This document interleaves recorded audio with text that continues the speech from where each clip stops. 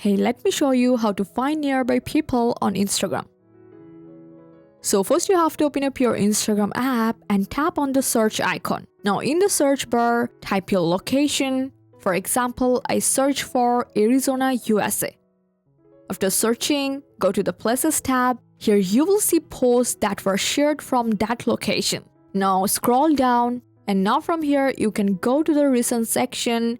Now at the top of the location page, you will find different posts and stories. Tap on any post or stories to see the profile of the person who actually shared it from that location. This way you can explore profiles of people who are nearby and actively sharing content from that area.